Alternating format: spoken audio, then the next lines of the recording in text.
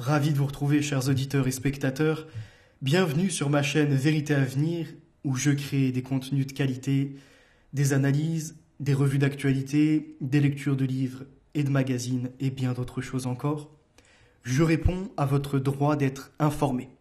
Qui dit droit inclut devoir, et les vôtres sont de liker, de commenter, en accord, en désaccord. C'est libre, vous pouvez vous exprimer, toutes les opinions sont les bienvenues. Et pour conclure, à trouver la petite flèche en dessous, à créer des posts pour me relayer, ou bien récupérer l'URL que vous basculez sur Telegram, Twitter ou par mail encore. Comme ça, vous me donnez de la visibilité. Aujourd'hui, on est sur la première émission d'une série qui va être basée sur le transhumanisme. Mais je me suis dit, oh Fédo, tu ne peux pas aborder ça comme les autres. Fais différemment. Alors, je vous propose de vous pencher sur ce qu'est l'être humain. C'est-à-dire, soit il est issu d'un créateur de Dieu, donc d'un mouvement du créationnisme, soit le fruit d'une longue évolution dans la nature des forts qui l'emportent sur les faibles. L'évolutionnisme darwinien. Alors, d'un côté, on a de la métaphysique, de l'autre, on est dans la post-métaphysique. C'est-à-dire que pour le créationnisme, l'homme est fait à l'image de Dieu.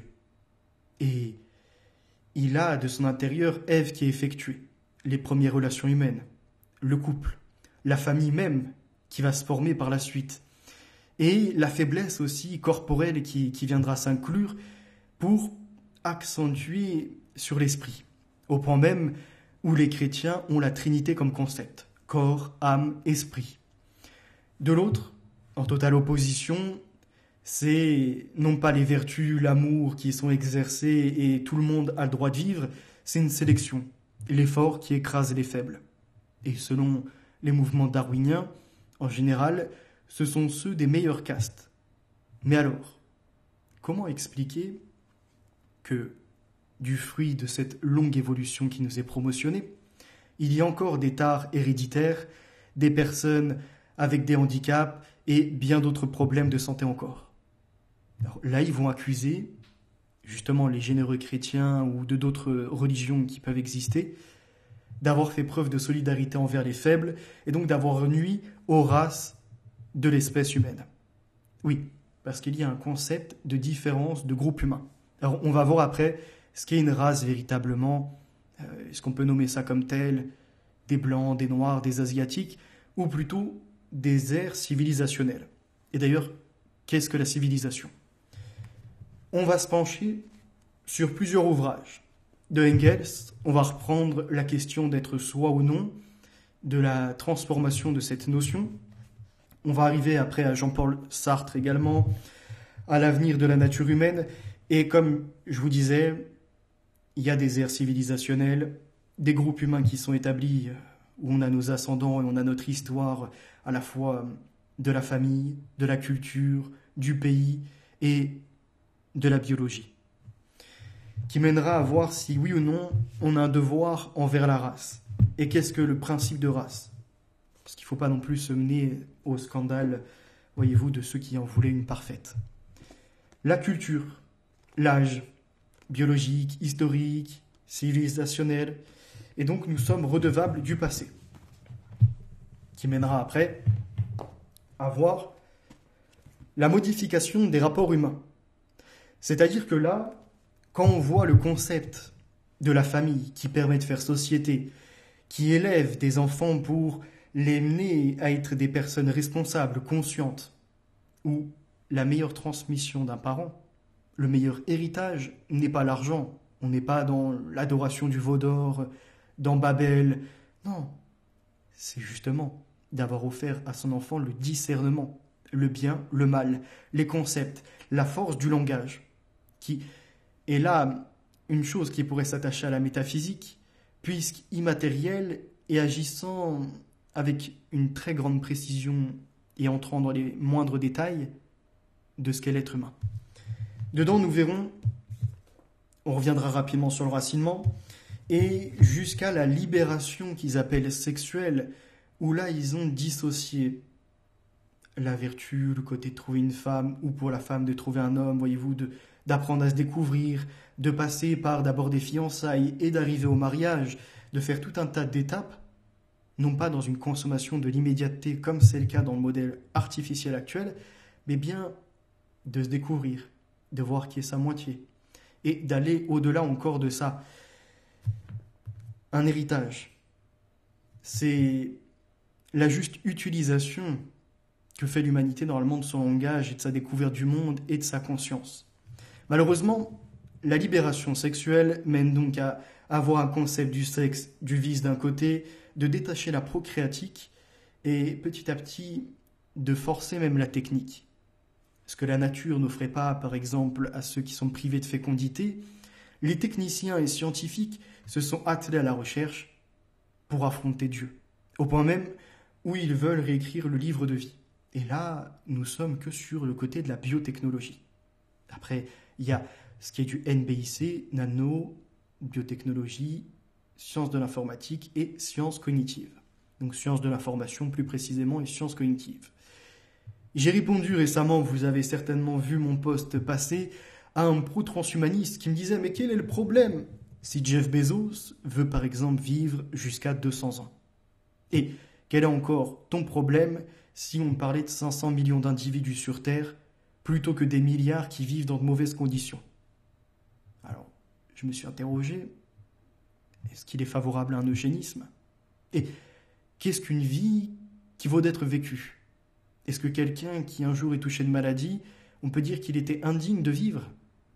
Ou encore une autre qui n'avait qu'un handicap, qu'elle n'avait pas le droit, voyez-vous, de prendre des plaisirs dans cette vie même ici-bas? Qui sommes-nous? Quels critères sont établis pour ça?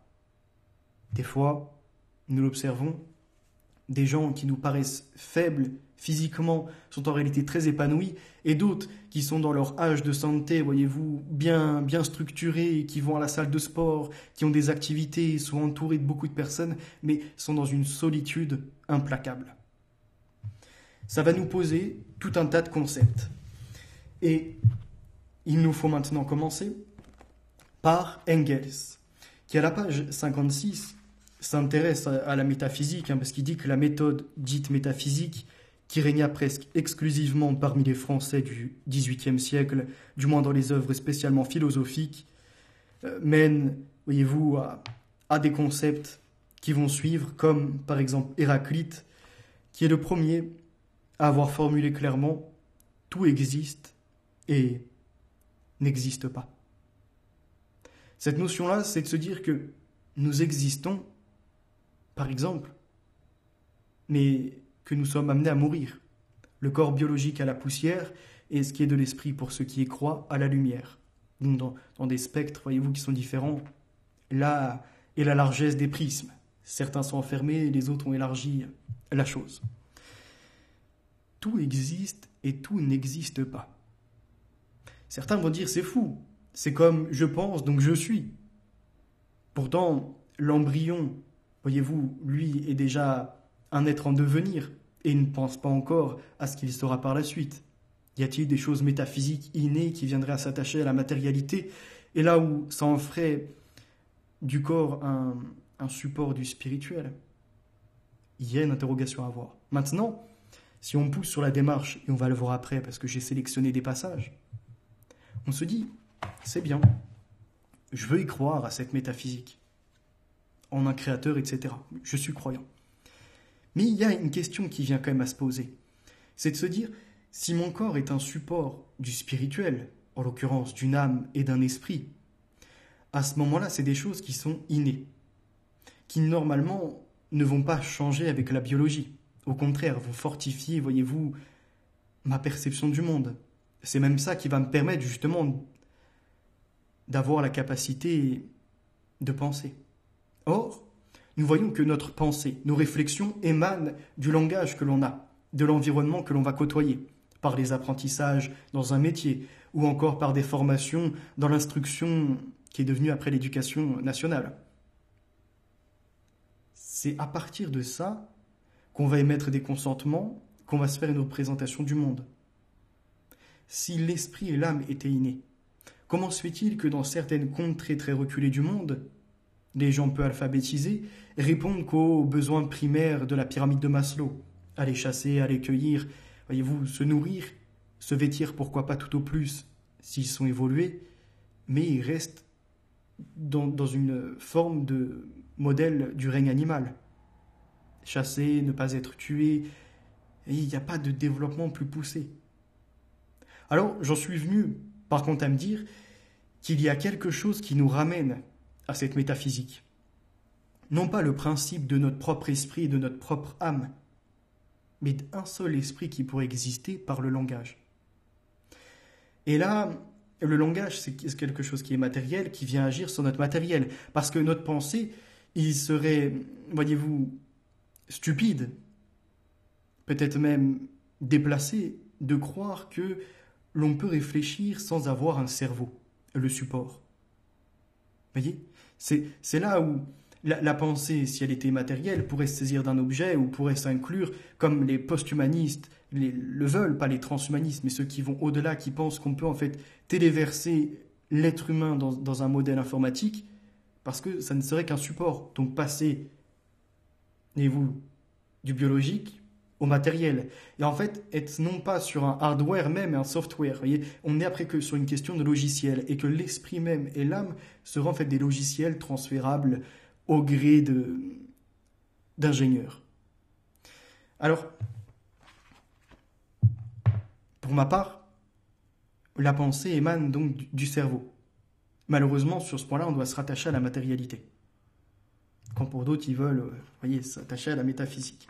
Et je vais vous emmener à la page 58, parce qu'il y a quelque chose qui m'a intéressé. Pour le métaphysicien, les choses et leurs reflets intellectuels, les concepts, sont des objets d'étude isolés, à considérer les uns après les autres, et les uns sans les autres. Des objets invariables, fixes, immobiles, donnés une fois pour toutes. Il ne pense que par antithèse, dépouillé de tout moyen terme. Il parle par oui et par non. Ce qui va au-delà est sans valeur. Pour lui, une chose existe ou n'existe pas. Une chose ne peut être à la fois elle-même et autre qu'elle-même. Le positif et le négatif s'excluent absolument. La cause et l'effet sont en directe opposition l'une à l'autre. Donc sont en directe opposition l'une à l'autre. Cette manière de voir nous apparaît au premier abord extrêmement plausible, car elle est celle du soi-disant sens commun. Mais ce sens commun, compagnon si respectable tant qu'il reste calfeutré dans son trou, creusé par son usage, on rencontre des aventures bien drôles dès qu'il se risque dans le vaste monde de la science. Là où, aujourd'hui, on a l'étude du cerveau, des neurones, on a les IRM qui peuvent regarder quelles zones cérébrales sont activées, l'aire de Broca, il y a après d'autres aires encore qui peuvent exister. On a le lobe temporal, le lobe occipital, le lobe encore préfrontal. Il y a un autre lobe encore qui existe. Et on a vu qu'il y a des régions du cerveau qui vont servir soit à la motricité, d'autres au langage, à la compréhension, à la parole. Et voyez-vous, la mémoire, pareil, qui interagit à certains endroits encore. Donc, tout est bien structuré dans un réseau neuronal, entre autres.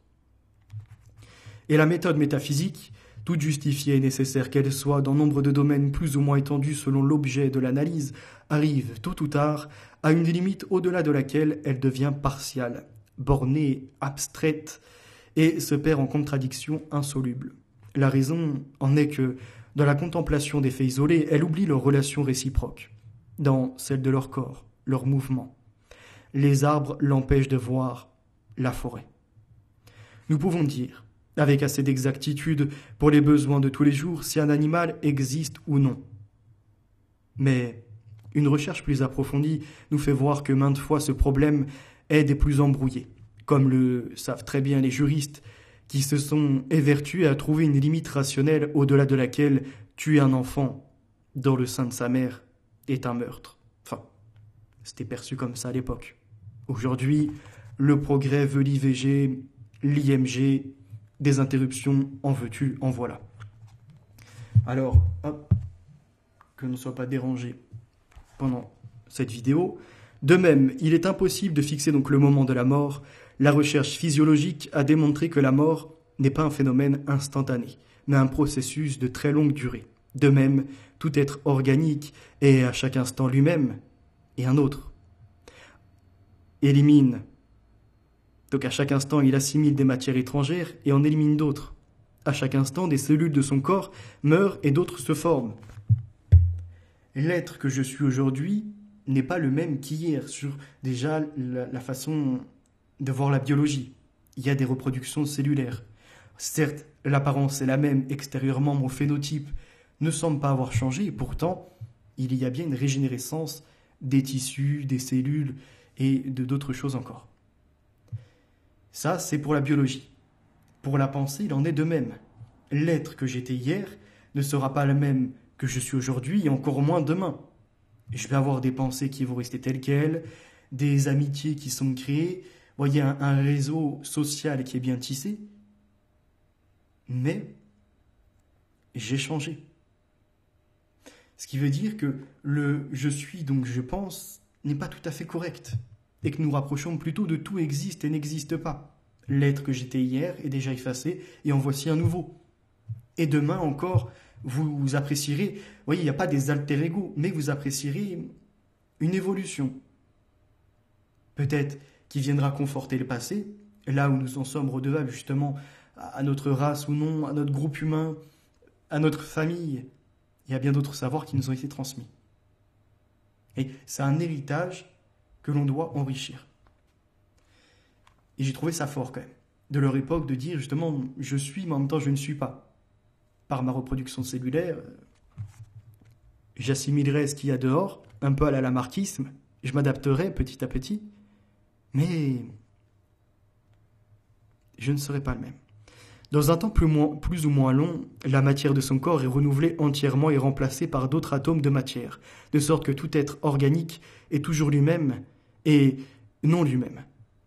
En regardant la chose de plus près, nous voyons que les deux pôles d'une antinomie, le positif et le négatif, sont aussi inséparables qu'opposés l'un à l'autre, s'entre-pénétrant mutuellement en dépit de toute leur opposition. De même, la cause et l'effet sont des idées, qui n'ont de valeur que dans leur application au cas isolé. Mais aussitôt que le cas isolé est envisagé dans ses relations générales avec le reste du monde, ils se confondent et s'évanouissent dans l'enchaînement d'une réciprocité universelle où cause et effet changent constamment de place, où ce qui était cause à un certain endroit et à un certain moment devient effet dans un autre endroit et dans un autre moment, et vice-versa. Tous ces processus naturels et méthodes intellectuelles ne rentrent pas dans le cadre de la pensée métaphysique. La dialectique, au contraire, prend les objets et leurs représentations intellectuelles, les idées, dans leur mouvement, dans leur devenir et leur périr, les phénomènes mentionnés plus haut ne font que corroborer sa manière de procéder. La nature est le banc d'essai de la dialectique et nous devons dire, à l'honneur des sciences naturelles, qu'elles ont fourni pour ce banc d'essai une riche moisson de faits qui s'accroît tous les jours et qui démontre qu'en dernière instance, c'est la dialectique et non la métaphysique qui règne dans la nature. Que la nature ne se meut pas dans l'éternelle monotonie d'un cycle sans cesse répété, mais parcourt une histoire effective. Avant tout autre, il faut citer ici Darwin, qui a porté le coup le plus puissant à la conception métaphysique de la nature en démontrant que toute la nature organique actuelle, les plantes, les animaux et par conséquent l'homme aussi, est le produit d'un processus d'évolution qui s'est poursuivi pendant des millions d'années. Si on rejoint le principe de population de Malthus, inspiré lui-même de Darwin, moi j'ai une question. Il ne croit donc pas en Adam et en Ève, mais en, par exemple, des cousins du singe qui seraient amenés à évoluer. Pas de créateur. Très bien. Qu'on m'explique comment un bébé singe, un bébé humain ou encore un bébé de d'autres animaux qui peuvent exister en dehors de l'espèce humaine peuvent, voyez-vous, vivre, répondre à leurs premiers besoins dans leurs premiers mois. La plupart des animaux, si on les détache de leurs parents et qu'on les laisse seuls, ils meurent. L'être humain, c'est pareil. S'il n'est pas accompagné par ses parents ou en tout cas d'autres qui prennent le relais, il meurt parce qu'il est trop frêle, trop fragile. Et c'est la question d'ailleurs de l'œuf et de la poule. Qui de l'œuf ou de la poule en premier? Ça n'a aucun sens que d'être, voyez-vous, dans cette vision qu'il n'y a pas de créateur. C'est impossible. J'ai d'ailleurs fait un billet sur le blog Mes Lectures. Vous pouvez retrouver aussi la chaîne YouTube Mes Lectures. Et vous verrez dessus ce que j'en pense. Ça sera amené à être augmenté au passage. Kant commença sa carrière en prouvant que l'immobile système solaire de Newton et son existence éternelle, le choc initial une fois donné, se résolvait en un processus historique, dans la formation du Soleil et des planètes à partir d'une masse nébuleuse en rotation. En même temps, le fait que le système solaire était né l'amena à conclure que ce système mourrait nécessairement un jour. Le cycle de la vie, que les transhumanistes refusent, puisqu'ils veulent vivre le plus longtemps, voire combattre, s'affranchir de la mort. Et là, on a l'erreur idéaliste de Hegel, page 61. Et après, on ira sur d'autres ouvrages. De plus, Hegel était idéaliste, ce qui veut dire qu'au lieu de considérer les idées comme les reflets intellectuels des objets des mouvements du monde réel, il s'obstinait à regarder les objets du monde réel. Donc il ne regardait que les objets du monde réel et les changements qu'ils subissent que comme autant de reflets de l'idée. Pour lui, l'idée d'une chose préexistait, on ne sait où ni comment, à la chose elle-même. Le monde, en fin de compte, avait été créé à l'image d'une idée éternelle. Il n'était que la réalisation de cette idée absolue qui, par conséquent, était supposée avoir une existence à part et indépendante du monde réel. Cette manière de voir bouleversa de fond en comble les véritables relations entre le monde réel et les idées poursuites par le cerveau humain qui, après tout, n'est lui-même qu'un produit de ce monde réel. Si le génie de Hegel se montre partout dans son système, si à chaque page nous trouvons des vues grandioses et justes sur bien des questions posées par la science naturelle et par l'histoire de l'humanité, le système dans son ensemble ne pouvait que reproduire l'erreur qui lui servait de base. Il fut donc un colossal avortement, mais il est le dernier du genre. De plus, il renfermait dans son sein une contradiction interne incurable. Ça sera tout pour ce livre. Passons à l'avenir de l'humanité, pages 9 et 10.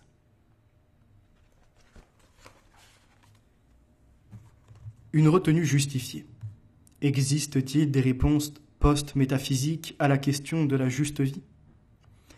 Max Frisch fait dire au procureur, considérant Stiller, je cite, « Que fait l'homme du temps qui lui est donné de vivre ?» C'était une question dont j'avais à peine conscience, elle m'irritait simplement. Fin de citation. Frisch pose la question à l'indicatif.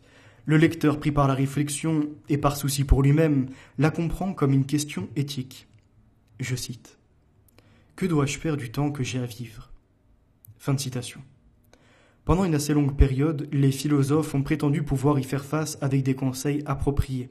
Mais désormais, après la métaphysique, la philosophie n'a plus la présomption de fournir à des questions qui ont trait au mode de vie personnel, voire collectif, des réponses qui auraient force d'obligation. Les Minima Moralia commencent sur une reprise mélancolique du gai savoir de Nietzsche, avec un aveu d'impuissance. Je cite. « Le triste savoir dont j'offre ici quelques fragments à mes amis concerne un domaine qui, pendant des lustres, a été tenu pour le domaine propre de la philosophie. La doctrine de la vie, telle qu'il faut la vivre. » Fin de citation. Entre-temps, comme le suggère Adorno, l'éthique est tombée au rang d'un triste savoir dans la mesure où, dans le meilleur des cas, elle ne permet plus que des notations éparses, retenues dans une forme aphoristique, des réflexions nées de la vie mutilée. Tant que la philosophie croyait encore avoir une vision assurée de la totalité de la nature et de l'histoire, elle disposait du cadre dans lequel on pouvait espérer que s'accorde la vie individuelle et celle des communautés. La structure du cosmos, la nature humaine, les étapes de l'histoire universelle et de l'histoire sacrée dispensaient des éléments empreints de normativité qui, à ce qu'il en paraissait, donnaient aussi des indications sur la vie qu'il fallait mener. La, je cite, vie qu'il fallait mener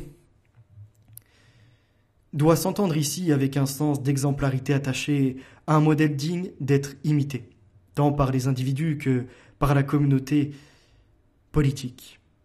De la même manière que les grandes religions présentent la vie de leurs fondateurs comme la voie du salut, la métaphysique offrait ces modèles de vie. En fait, un modèle pour le petit nombre et un autre pour le plus grand nombre. Les doctrines de la vie bonne et de la juste société juste. L'éthique et la politique formaient encore un tout, mais la transformation sociale s'accélérait. La durée de validité de ces modèles de vie éthique s'est faite de plus en plus courte, qu'ils aient été inspirés par la police grecque, par les ordres de la societas civilis médiévale, par l'individu universel des cités de la Renaissance ou encore, comme chez Hegel, par l'ensemble constitué de la famille, de la société bourgeoise et de la monarchie constitutionnelle. Je me suis mis après la page numéro 12, le devoir pour soi ou pour le commun. Telle est la question. On constate donc par là même que la philosophie pratique d'aujourd'hui ne renonce pas à toute considération normative, mais elle se cantonne en gros dans les questions de justice. Elle a pour souci, en particulier, de tirer au clair le point de vue moral à partir duquel nous ne cessons d'évaluer les normes et les actions lorsqu'il s'agit d'établir ce qui est dans l'égal intérêt de chacun et ce qui est également bon pour tous. De prime abord, la théorie morale et l'éthique semblent préoccupées par la même question. Que dois-je faire ? Que devons-nous faire ? Seulement, devoir n'a plus le même sens lorsque nous nous interrogeons sur les droits et les devoirs que nous nous imputons à tous réciproquement du point de vue de la première personne du pluriel et lorsque, soucieux de notre propre vie, nous adoptons le point de vue de la première personne du singulier pour nous demander ce que, tout bien pesé, il vaut mieux faire sur le long terme, pour moi ou pour nous. Ces questions éthiques, en effet, à propos de notre propre sort, se posent dans le contexte d'une biographie déterminée ou d'une forme de vie particulière. Elles sont intimement liées à des questions d'identité relatives à la manière dont nous devons nous comprendre nous-mêmes, à ce que nous sommes et à ce que nous voulons être. Il est évident qu'elles ne peuvent pas recevoir la réponse indépendante du contexte dans lequel elles se posent, et donc de réponse universelle ayant pour tous une force égale d'obligation. Il n'y a pas de réponse et de comportement à avoir où tout le monde devrait suivre la même ligne. Nous sommes fort différents. Elle pose le principe aussi de si on était issus du même esprit, pourquoi tant d'opposition ? Où y a-t-il tentation après dans ce monde même ?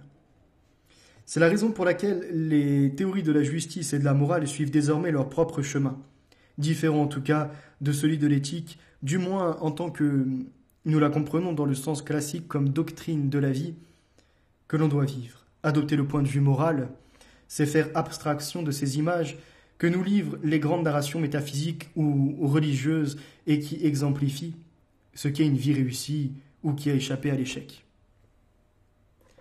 Alors, donc celui-là je le garde de côté, on reviendra dessus après. Jean-Paul Sartre, l'existentialisme est un humanisme, va nous dire sur ce bien collectif. On sort de « je suis » quelque part, pour « nous sommes ».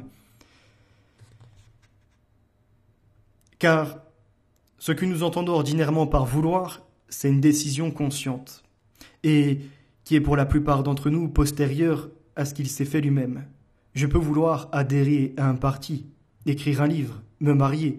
Tout cela n'est qu'une manifestation d'un choix plus originel, plus spontané que ce qu'on appelle volonté. Mais si vraiment l'existence précède l'essence, l'homme est responsable de ce qu'il est. Ainsi, la première démarche de l'existentialisme est de mettre tout homme en possession de ce qu'il est et de faire reposer sur lui la responsabilité de toute son existence. Donc une responsabilité totale. Et quand nous disons que l'homme est responsable de lui-même, Nous ne voulons pas dire que l'homme est responsable de sa stricte individualité, mais qu'il est responsable de tous les hommes. Il y a deux sens au mot subjectivisme, et nos adversaires jouent sur ces deux sens. Subjectivisme veut dire, d'une part, choix du sujet individuel par lui-même, et d'autre part, impossibilité pour l'homme de dépasser la subjectivité humaine. C'est le second sens qui est le sens profond de l'existentialisme. Quand nous disons que l'homme se choisit, nous entendons que chacun d'entre nous se choisit. Mais par là, nous voulons dire aussi qu'en se choisissant, il choisit tous les hommes. Par la politique qu'il va décider de mener, de la morale qui va s'appliquer, des vertus ou non dans lesquelles il va s'engager, il a décidé pour tous les hommes. Soit de nuire, soit de produire quelque chose de... Voyez-vous, un fruit qui n'est pas issu de l'épine.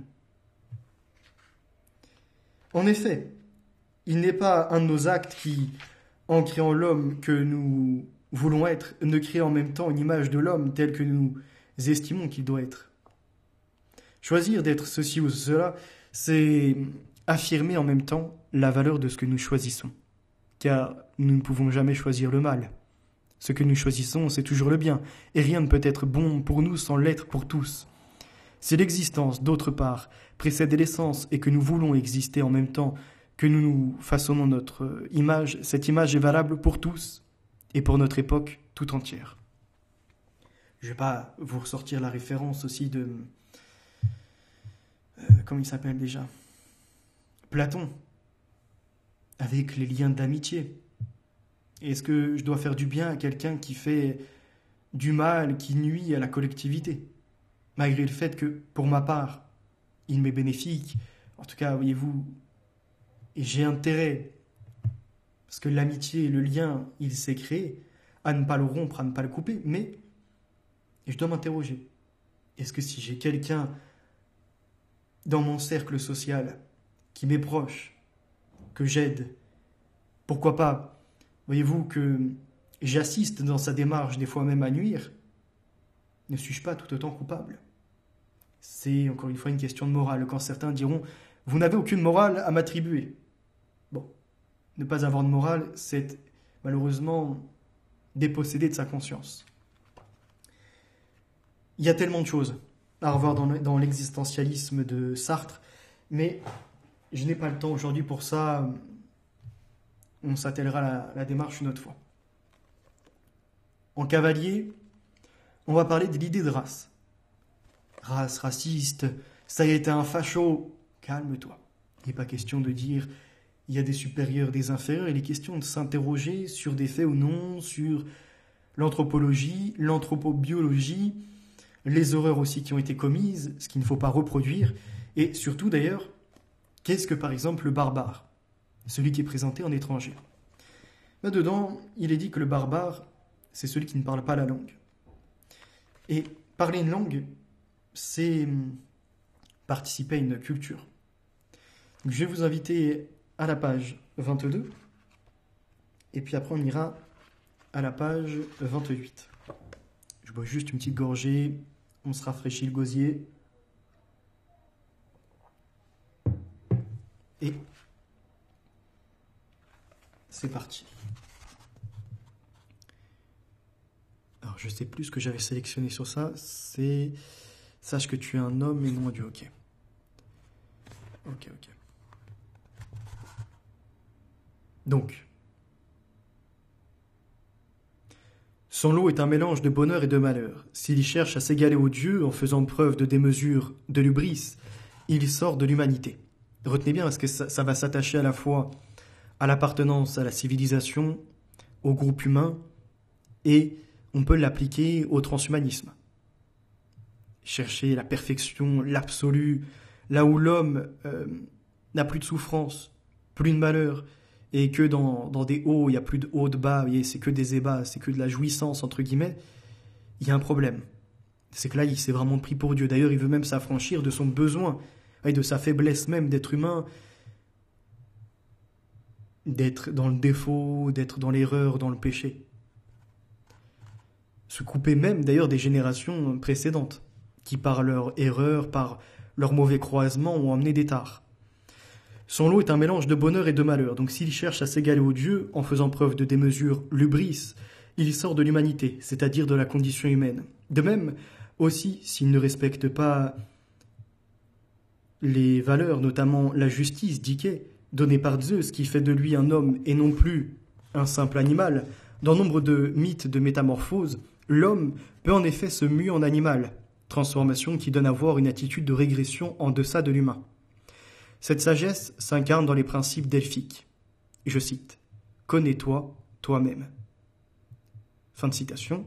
Pour apprendre à se connaître, user du langage, entrer dans les formations et voyager, voir au-delà que de son petit bout de terre. Et c'est-à-dire également, je cite, « Sache que tu es un homme et non un dieu ». Tu peux juger l'autre. Tu peux, pourquoi pas, jeter des pierres. Mais n'oublie pas que demain, justice et justesse sera fait sur toi aussi. Et Meden Hagan, rien de trop. Donc sache que tu es un homme et non un dieu. Il faut comprendre qui nous sommes.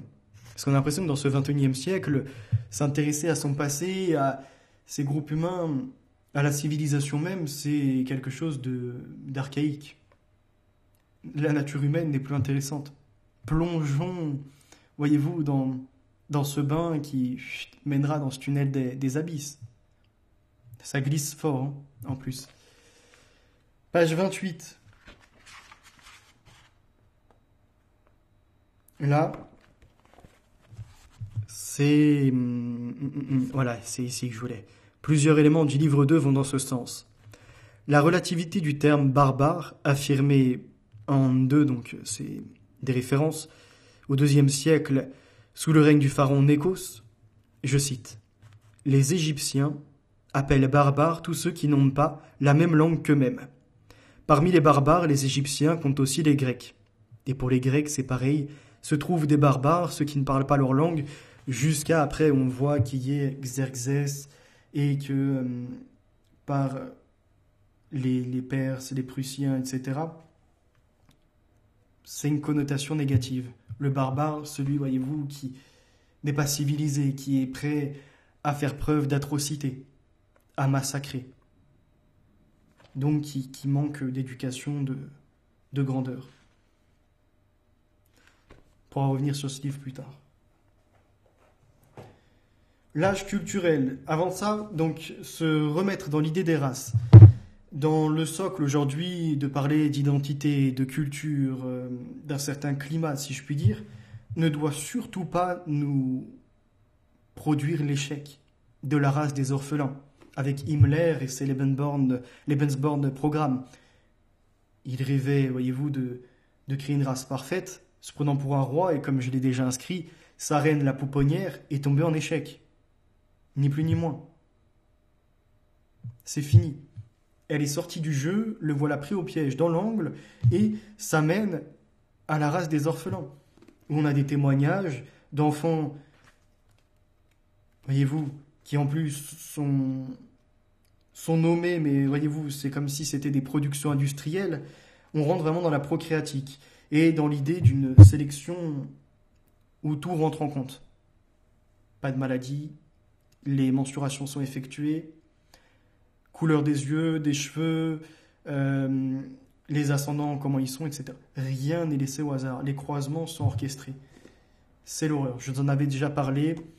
C'est donc Hildegard Müller, et qui ne voudra plus porter ce nom par la suite, et qui nous disait que Himmler et Hitler, voyez-vous, les HH, elle en avait horreur, au point que même elle, pour Hildegard, c'était trop, vous voyez.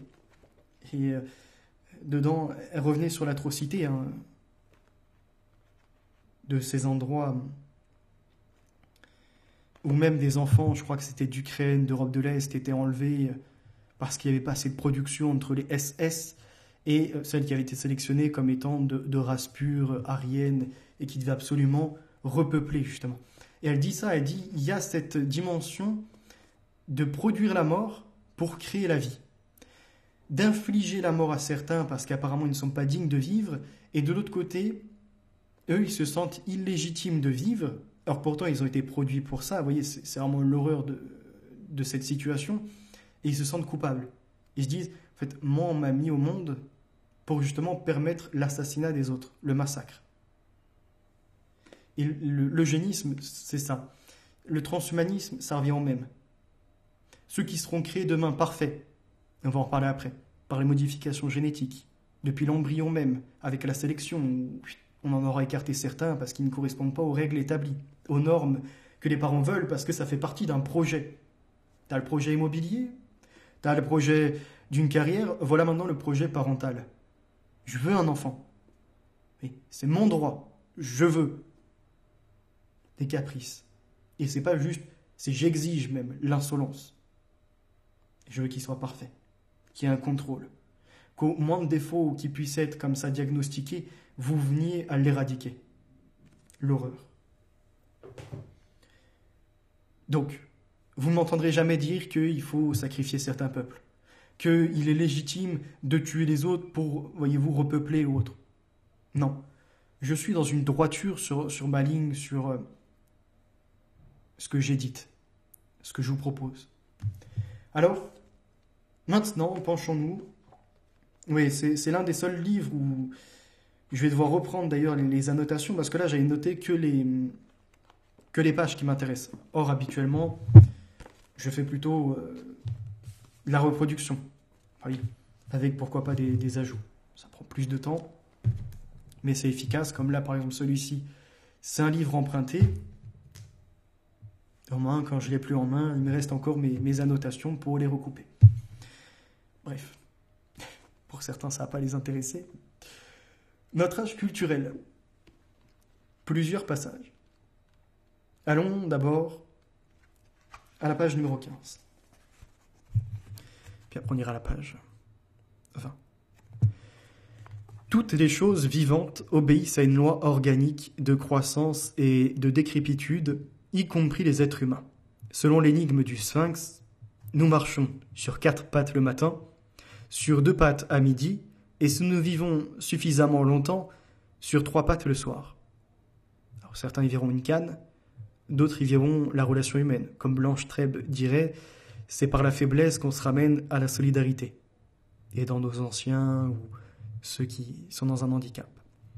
Tout fier d'avoir trouvé la réponse, Oedipe découvre pourtant, sitôt entré dans Thèbes, que l'histoire ne s'arrête pas là, tant s'en faut, car l'histoire commence avant la naissance et continue après la mort. En d'autres termes, à la différence des autres choses vivantes, Anthropos est né dans des mondes créés par l'homme, dont le passé et l'avenir transcendent l'empan d'une vie individuelle. Ces mondes, que les Grecs nomment polis ou polis, sont fondés sur une mémoire institutionnelle et culturelle, qui donne à leurs habitants un âge historique, lequel est d'une toute autre nature que l'âge biologique. C'est pour ça que, quand on exerce un métier, par exemple, on obtient un âge historique. C'est l'héritage du passé qui nous emmène à avoir des mécaniques, à simplifier la tâche dans ce qu'on fait, à connaître, à savoir s'exprimer, à mettre un mot sur ses sentiments, ses émotions, sur ce que l'on ambitionne, ce que l'on peut rébuter et mettre de côté.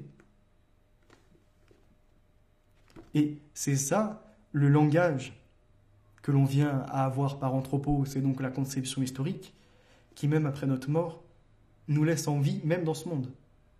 Parce que les idées qu'on aura propagées, enfin en tout cas ceux qui sont attelés à la démarche, auront été répandues et viendront à être répétées, voire déformées par la suite, enrichies. En fait, comme je vous disais, un livre, une analyse, peu importe ce qu'on peut faire, c'est toujours issu de notre environnement. On a pris des bribes ici, tac, on en a fait un assemblage, on l'a mis à notre façon, à notre sauce, on l'a bien assaisonné peut-être, mais ça n'en relève pas moins que, en fait, rien n'est issu de nous-mêmes. Et c'est un hérissage. Mais ce que nous, on va laisser, qu'on a enrichi ou non, viendra avoir des répercussions dans le futur. Donc on sera encore en vie. Notre concept sera encore en vie. Dans une famille, c'est pareil. Les histoires que l'on transmet. Grand-père se comportait comme ça, ou encore grand-mère avait cette capacité à faire, voyez-vous, des bons plats, ou avait ses remèdes encore. On se souvient des balades. pourquoi pas des sermons aussi qui étaient professés. Donc, les personnages, si je puis dire ça comme ça, non publics, même de la sphère privée, continuent à vivre après leur mort, rien que par leurs enfants s'ils ont une descendance. Ou, s'ils n'en ont pas, par ceux qui les ont rencontrés, des amis ou autres. Dans la mesure où aucun être humain ne vit en dehors de ces mondes, avec leur héritage et leur tradition, on peut dire que les êtres humains sont par nature hétérochroniques, du point de vue de l'âge, qu'ils ont différents âges. Donc, différents âges. Un âge biologique, un âge historique, un âge institutionnel, un âge psychologique. Nous allons observer progressivement comment ces différents âges interfèrent chez les individus et dans les civilisations. Donc, les différents âges ne seront pas les mêmes non plus où on se situe sur la planète. Voilà pourquoi nous sommes redevables par rapport au passé. Et nous ne devons pas nous ouvrir à tout le monde n'importe comment en disant allez-y, venez comme vous êtes, avec le passé de vos ancêtres et imposez-vous chez nous. On fera fi de ce qui nous a été laissé. Non. Page 20. L'éternel retour est l'unique foi. Si le temps accouche de la vérité, comme le prétendait Heidegger, et si à son tour, comme je le prétends, la vérité est fonction de l'âge, alors ce qui est absolument vrai à une certaine époque de la vie ne le sera plus que relativement à une autre. Il y a bien longtemps, quand j'ai lu pour la première fois les vers qui ouvrent les 4 quatuors de T.S. Eliot, j'ai eu l'impression décisive de découvrir l'intemporelle vérité du temps lui-même. Le temps présent et le temps passé sont tous deux présents peut-être dans le temps futur, et le temps futur contenu dans le passé. Si tout temps est présent pendant l'éternité, tout temps est irrémissible. Ce qui aurait pu être est une abstraction, ce qui ne demeure un perpétuel possible que dans un monde de spéculation. Pour un jeune esprit, une vérité oraculaire menaçante résonne dans ces vers d'Eliot sur ce qui aurait pu être. Quelle pression énorme pèse sur nos épaules si l'on prend au sérieux la doctrine nietzschéenne de l'éternel retour des choses, selon laquelle nous sommes condamnés à répéter éternellement tous les moments de notre vie. Même chose si l'on prend Rilke au mot quand il écrit dans la 9e des élégies de Juno, je cite « Nous, les plus évanescents, chaque chose, rien qu'une, une fois pas plus, et nous aussi une fois, plus jamais. » L'un et l'autre phénomène, l'éternel retour et l'unique foi, se rejoignent car pour l'un comme pour l'autre, la réalité se consume dans le réel et seulement dans le réel. Alors je me suis mis après la fin de la page 22. Les âges de mon corps. Les inflexions de l'âge humain sont encore autrement complexes. Si je dis que j'ai 60 ans, qu'est-ce que cela veut dire au juste ? Qu'est ou qui est-ce je ? Qui est ce je ?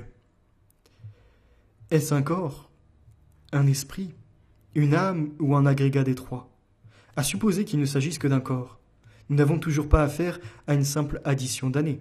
Mon corps a tout ensemble 60 ans et plusieurs milliards d'années, puisque tous ces atomes remontent à quelques secondes après le Big Bang et sont donc aussi vieux que l'univers lui-même. De plus, toutes les parties d'un corps n'ont pas le même âge. L'âge d'un cœur malade n'est pas le même que celui d'un rein sain. Au fil des ans, on peut voir vieillir une certaine partie du corps et rester jeune une autre. Comme le note le héros du roman de John Banville, Imposture, parlant de ses voisins, je cite « Je remarque leurs jambes étonnamment fines. Elles vieillissent à partir du haut car ces jambes sont sans doute celles de leurs 20 ans, voire avant. » Fin de citation. En somme, le corps, lui aussi, est hétérochronique. Mon corps contient un cerveau. Mon esprit a-t-il le même âge que mon cerveau ? Certainement pas, car à la différence du cerveau, l'esprit est lié par filiation et héritage à d'autres esprits passés et présents. Donc, le langage. Et encore une fois, je ne parle pas que du langage français, arabe, anglais, asiatique, ce que l'on veut. Je parle d'un langage, vous voyez, comme dans un métier. Quand on vient l'exercer, d'un coup, on a des acronymes, des sigles, on a des pratiques qui vont s'exprimer par un langage. Alors, dans le côté philosophique, métaphysique, spirituel, peu importe le nom que l'on veut y attribuer, et les courants qui existent, puisqu'il y a toute une variété que l'on peut obtenir, il y a des langages. Et là, aujourd'hui même, ce que je fais dans l'exercice de prendre position contre le transhumanisme et de ramener par le recoupage de ces livres, et par quelques petits ajouts, quand je le peux, à mon humble niveau, ramène à ça, à créer une forme de langage sur cette thématique.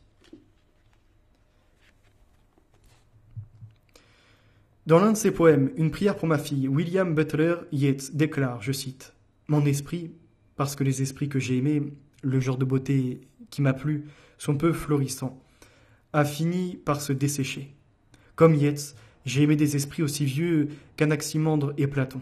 C'est pourquoi mon esprit, dont la pensée est habitée par la leur, a plus de 2000 ans. Ce qui ne nous dit pas si cela le rend plus jeune ou plus vieux que mon cerveau. Et du côté de l'âme, ou de ceux à quoi l'on donnait ce nom avant son rétrécissement, puis sa disparition de la scène de l'histoire, je suis au moins aussi vieux que Moïse, Homère et Dante, dont l'héritage façonne en partie mon identité psychique. Et si jamais je suis réduit à sonder les profondeurs de mon inconscient, je découvrirai probablement que je suis également aussi vieux que les archétypes de la mythologie préhistorique. Alors on va se rendre à la page numéro 34. Et après, nous passerons sur l'identité réellement attachée ou non à des regroupements. 34, j'avais mis néothénie. Quel est l'âge exact de l'espèce humaine ? En posant cette question, je ne me demande pas depuis combien de temps Homo sapiens arbore son allure actuelle. La chronologie de l'hominisation exerce certes sur nous une fascination particulière, mais ce qui nous intéresse ici, c'est la différence d'âge entre les humains et leurs ancêtres primates. C'est l'anatomie de cette différence d'âge que je voudrais observer. Théorie de la récapitulation. Nous qui sommes devenus cette créature effrayante décrite par l'Ode à Homère de Sophocle, nous qui, par notre intelligence, nous sommes presque affranchis du règne animal, sommes devenus l'espèce terrestre la plus avancée en dépassant les stades adultes atteints par nos ancêtres dans notre lointain passé phylogénétique. Tout le monde, ou peu, s'en fout, le croyait après la fameuse théorie de la récapitulation d'Ernest Haeckel au XIXe siècle. La phrase choc du biologiste allemand nous est encore familière. Je cite « L'ontogenèse récapitule la phylogenèse ». Fin de citation. Il entendait par là que les individus au stade fœtal de leur développement répètent les différentes étapes de l'évolution de leur espèce ou repassent à travers elle. Ainsi, on observe temporairement chez l'embryon humain des fentes en forme de branchies et vestiges du poisson adulte. Nous nous dérivons très lointainement. De même, ses pieds palmés et l'amorce d'une queue sont les vestiges d'une ascendance qui remonte à nos ancêtres amphibiens et aux mammifères primitifs. Selon Haeckel, les êtres humains ont évolué jusqu'à leur apparence actuelle selon un processus d'adaptation bâti sur des étapes morphologiques antérieures. En d'autres termes, l'embryon humain, dans son développement ontogénétique, commence par récapituler, puis surpasse les formes adultes ancestrales de l'histoire de son évolution. Alors, est-ce que dans la multiplication cellulaire de l'embryon au fœtus, du fœtus au bébé et ainsi de suite, on passe par autant de cycles et on récapitule ce qui a existé parmi les autres espèces et les autres variétés d'animaux, entre guillemets. Donc est-ce que Dieu, dans sa puissance, quand il a fait Adam, Ève, et surtout qu'il a permis après la procréation, il a mis comme des items, comme des références à toutes ces créations dans l'homme même. En gros, c'est de ça dont il est question. Bon, eux, ils le veulent du point de vue évolutionniste. L'homme, en fait, découlerait, poisson, enfin, un peu comme on avait dans un épisode de South Park, le poisson qui sort, qui devient une sorte de lézard, à moitié du lézard, après il se transforme. Voilà, ça c'est leur idée. Pour ma part, je vois ça différemment. Si c'est vrai, je vous avoue que là, j'ai pas eu le temps de vérifier sur la vision de l'embryon, du fœtus et de ce qui est déclaré comme tel. j'y verrai plutôt à ce moment-là, encore une fois, la grandeur de notre Créateur, de Dieu Tout-Puissant, Eli Eloi, de, justement dans l'homme, mettre une référence à tout ce qui existe. Et c'est sa finalité. C'est pour ça, l'homme est fait à l'image de Dieu. C'est bien ce qui est inscrit dans... Donc l'homme possède en fait, limite, toutes les créations de Dieu. Et dans ses cycles. Mais il sera toujours inférieur à Dieu, bien évidemment. Mais il a une part comme ça. Peut-être que, par exemple, pour le langage, c'est une part, vous voyez, de ce qu'à l'origine, le verbe même. On a droit à une partie. Je sais pas. Mais en tout cas, c'est quand même ça qui nous permet de créer un imaginaire et d'être justement nous-mêmes créateurs de choses. On n'est pas là à créer de rien, on transforme. C'est vrai. Pour être puissante, cette théorie de la récapitulation appliquée à l'évolution de l'homme, théorie qui, sous une forme différente, connaît aujourd'hui un vif regain, n'en avait pas moins un point faible contraire à son postulat, l'évidence morphologique. En 1920, l'anatomiste néerlandais Louis Bolk énuméra plus de 20 caractéristiques que les adultes humains partagent avec de jeunes primates et divers embryons mammifères. Ainsi, notre crâne rond et bulbeux ressemble à celui des jeunes ou des fœtus de grands singes, plus qu'à celui des mêmes grands singes adultes. De même, notre visage ressemble étrangement à celui des jeunes primates et non pas à celui de leurs parents. Chez les grands singes, encore jeunes, le visage est encore assez droit, mais chez les adultes, il commence à se projeter vers l'extérieur selon le processus de l'allométrie positive. Après, ça continue. Je vais vous emmener à la page 66 et on basculera sur un autre ouvrage. Donc ceux qui le veulent, c'est vraiment très bien écrit. Waouh! C'est passionnant. Mais pour ne pas nous laisser emporter par le récit de l'enfant, ni nous agenouiller devant l'autel de la jeunesse, il faut rappeler que le cœur d'Antigone avait à dire sur l'esprit juvénile d'Anthropos que malgré sa capacité de s'émerveiller, malgré toute son ouverture à l'étrangeté des choses, malgré toute son habileté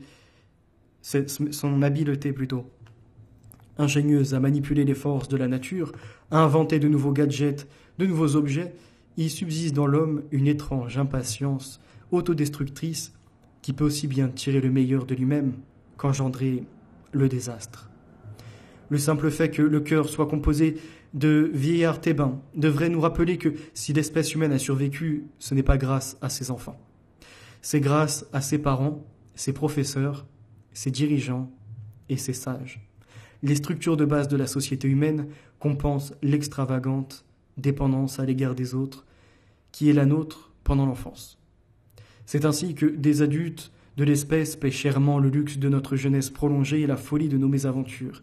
S'il est vrai que l'enfant est le père de l'homme, c'est que l'enfant oblige l'homme à devenir père, c'est-à-dire à s'élever à un degré de maturité sociale, politique et morale inouï dans le domaine animal. Dans les 2 prochains chapitres, nous nous attarderons davantage sur le génie et la sagesse qui définissent les sociétés humaines et engendrent chacun à sa manière l'histoire culturelle de notre espèce. Sagesse et génie, ça sera pour une prochaine fois, en tout cas pour ce livre, que l'on s'arrêtait à la page 66. Et je vous propose de passer sur cette archive. Une archive que j'ai récupérée en bibliothèque. Je ne partage pas toutes ces visions. Ces prises de position peuvent être des fois scandaleuses, comme quand il s'exprime sur des êtres inférieurs, entre guillemets, ou encore quand il parle de consanguinité, je trouve ça vraiment désolant. Par contre, il y a des choses qui m'intéressent. Et je vous propose d'aller à la page numéro 9. Hop là. Et de voir ce qu'est l'anthropobiologie. Donc vous connaissez l'anthropologie, voilà un nouveau terme pour certains. C'est une science de synthèse, son nom l'indique déjà. C'est une science nouvelle qui s'occupe de la vie des vivants et emprunte quelque chose à beaucoup d'autres sciences. Histoire, géographie, géologie, philologie, biologie végétale, hérédité, généalogie, mathématiques, biologie animale, pathologie et même législation, pour finir par la psychologie. Mais elle a une individualité propre par son objet à la fois très limité et très vaste, les races humaines vivantes, et par ses nombreuses applications à tout ce qui concerne ces mêmes races, depuis leur formation jusqu'à leur déclin, sans rien oublier autant que faire se peut de leurs conditions de vie. Elle repose entièrement sur la trilogie histoire, biologie, psychologie, comme la définition même de la race résultat. C'est là où on en vient. La race résultat, il va nous la décrire et ça nous amènera à voir que oui, nous avons tout intérêt à ne pas entrer dans un métissage forcé, accéléré, hors de nature. Qui est des métissages, de temps en temps des croisements, même lui, il est favorable. Il dit juste qu'on doit les limiter. Et qu'on doit ou non prendre des sujets, voyez-vous, et que c'est pareil, de notre peuple, il doit y avoir la possibilité que des hommes ou des femmes puissent aller se croiser avec d'autres. Il nous parle donc d'une race résultat issue d'à peu près 5000 ans d'histoire. Il dit entre 3000 et 5000 ans, c'est là que vraiment on obtient une race résultat, et par exemple que l'on a des Français, ou encore que l'on a par exemple des Marocains, ou que l'on peut obtenir ces Maliens. C'est des exemples, pour en prendre d'autres, des Chinois également. À cette époque-là, il faut voir qu'en France, il y a un racisme contre les Noirs qui peut exister, qui nomme nègres, etc. Et également, vous appuyé contre ce qu'ils disent des Asiates, les Asiatisés, et tout ça va être lié après au groupe sanguin. Il y a le groupe sanguin A, le groupe sanguin B, il y a le AB, qui est l'intermédiaire souvent issu de croisement, et le groupe sanguin O. Et pour lui, contrairement à ce qui est établi par bien d'autres, les peaux rouges, donc ceux qu'on retrouve par exemple en Amérique du Nord, les Amérindiens, sont en fait la classe humaine, la race la plus évoluée. Et les peaux rouges sont de la race la plus évoluée, avec les Esquimaux également, parce que ces gens-là ressortent majoritairement de sang O et de sang A. Et derrière, ils n'ont pas, voyez-vous, des problèmes de santé. Parce qu'il dit une chose. Je ne vais pas essayer de trop m'égarer, mais je vais essayer de vous emmener à ça, parce que je le présenterai après sur Odyssée pour ne pas être censuré. Que, en faisant des croisements, on a malheureusement créé des tares, et petit à petit, on a engendré des dégénérés. Des gens qui peuvent avoir des problèmes de santé mentale et faire des crimes, des délinquances, ne pas avoir d'attention dans le temps. Donc impossible pour eux d'être formés, même si ils y mettent toute leur bienveillance, toute leur énergie possible, ils seront toujours distraits. Parce qu'en fait, ils ont des problèmes ou non dans la génétique. Et donc il dit la race résultat, vient un moment où on a besoin de faire des croisements quand même pour obtenir ce qu'il y a de meilleur chez les autres, et eux, pareil, voyez-vous, ils doivent tendre à ça. Et il dit donc, on appelle race résultat l'ensemble d'une population dont les caractères psychologiques latents ou manifestes, la langue en particulier, et les traits anthropobiologiques constituent dans le temps, donc dans l'histoire, une unité distincte. Donc il ramène à la philosophie dont nous avons parlé, du barbare qui est étranger, qui ne parle pas la langue, jusqu'à Xerxès, celui qui est dénué de pensée, qui petit à petit a une conscience restreinte, donc peut faire des crimes, voyez-vous, de la voyoucratie, tout ce qu'il en est, en tout cas ça donnait à ce genre de pratique. Et le côté donc de la race résultat, c'est un groupe humain compact, dans l'occurrence imaginons les Français, qui vont perdurer, se reproduire, et on va voir qu'en fait les lignées familiales vont porter une histoire, un héritage, ne vont pas être bâtardisées. Comme on pourrait parler pour des races d'animaux, vous avez des races, vous les voyez pures, et qui sont aptes justement à des apprentissages, et d'ailleurs qui vont peut-être pour, par exemple, les chiens, un beau pelage, une belle musculature. On voit bien que le museau, vous voyez, il est issu d'une race. C'est pas un bâtard avec des maladies, des problèmes, non. Et là, c'est cette idée. Et donc, il n'y a pas seulement la race des Français ou autres. D'ailleurs, il ne parle même pas en termes de race blanc, même s'il va aborder le sujet. Et les blancs, les Arabes soient inclus dedans. C'est beau de dire les Blancs occidentaux, les colons, les racistes, à ces époques-là, là, 1920-1940. Dans les Blancs, les Arabes sont conclus dedans. Ils sont inclus, c'est comme ça. Et ils apprécient peut-être ou non l'éloge. Donc on a vu cette partie-là. Et je vais vous emmener après à la page 26.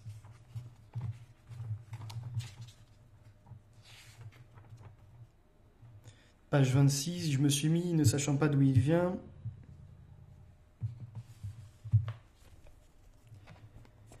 Les forces qu'on ne voit pas, les seules vraies, l'instinct de la vie, de la conservation de la race, de la transmission de la vie, du maintien du groupe racial d'origine, la puissance et la permanence de l'hérédité, le sens des généalogies, le danger des croisements inconsidérés, le conflit des sangs et le choc des hérédités, toutes les forces non physiques que recèle la vie sous tous ses aspects. Végétaux, animaux, la longue patience des arbres aussi bien que le génie lumineux de quelques hommes depuis des millénaires sans nombre, toutes ces forces inconnues qui sont plus pour l'homme que sa constitution cellulaire, qui sont des forces de durée, d'équilibre, de beauté, d'action, qui nous animent et qui sont la vie même que nous ne saurions analyser à l'aide d'aucun de nos appareils. Toutes ces forces que nous avons négligées, oubliées, refoulées haut, comprimées, que nous avons cru anéanties, toute cette vie secrète qui est la vraie vie, toute cette vérité, il faut y revenir aujourd'hui. Et comme je l'ai dit dans mon cours, nous voilà revenus à la lettre A, uniquement par notre faute. Donc la lettre A, groupe sanguin. Ce qui est incroyable, c'est que les politiques actuelles veulent vraiment s'attaquer à ceux qui se disent de souche. Mélenchon, par exemple, a dit « Quand j'étais petit, 1 Français sur 10 avait un grand-parent d'origine étrangère. Aujourd'hui, c'est 1 sur 4. » Mélenchon, il n'a pas 100 ans. Il a à peu près 70 ans. Donc, il y a 50 ans, en France, le peuple français de souche, 1 Français sur 10 avait un ancêtre qui était étranger. Et quand on dit étranger, il pouvait être italien, espagnol, portugais, ce que tu veux. Aujourd'hui, c'est 1 sur 4. Parce qu'il y a eu des vagues migratoires orchestrées par certains qui veulent justement s'attaquer au peuple français. Soit on y voit une race, soit on y voit un peuple, libre à chacun de choisir. En tout cas, il y avait des traditions en place, des familles, des Dupont, des Martin, etc. D'ailleurs, on pourra revenir dessus, qui aujourd'hui deviennent des Mboulé, je vais inventer des noms, voyez-vous, des Escher, des Mayer. Ça déjà, il y a eu cette transition dans les années 40-50.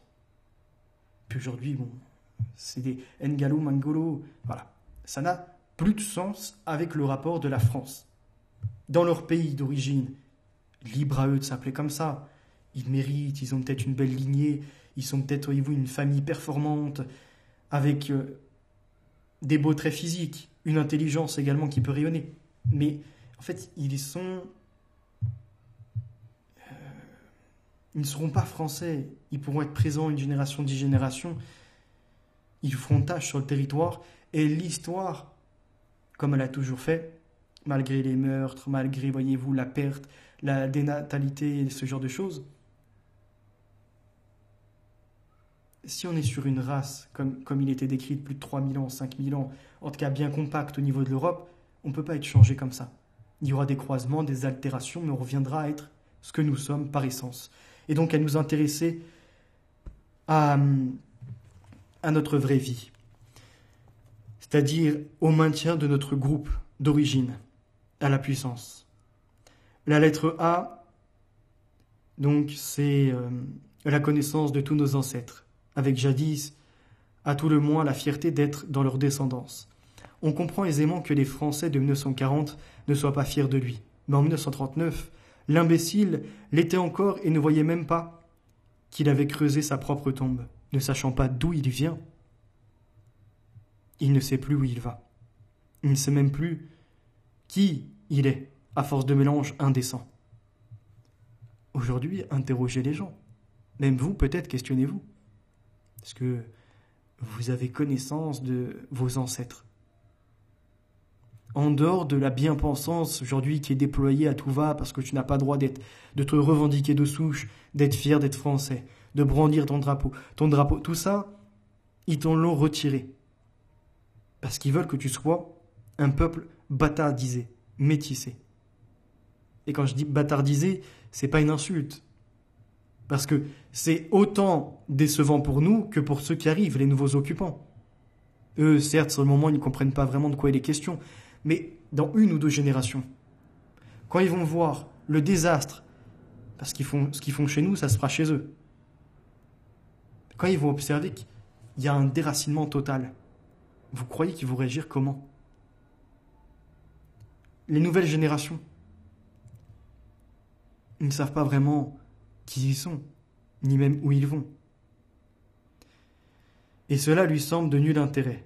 Il vaut mieux qu'ils disparaissent. Ce n'est pas avec cet être sans race que nous referons la nôtre.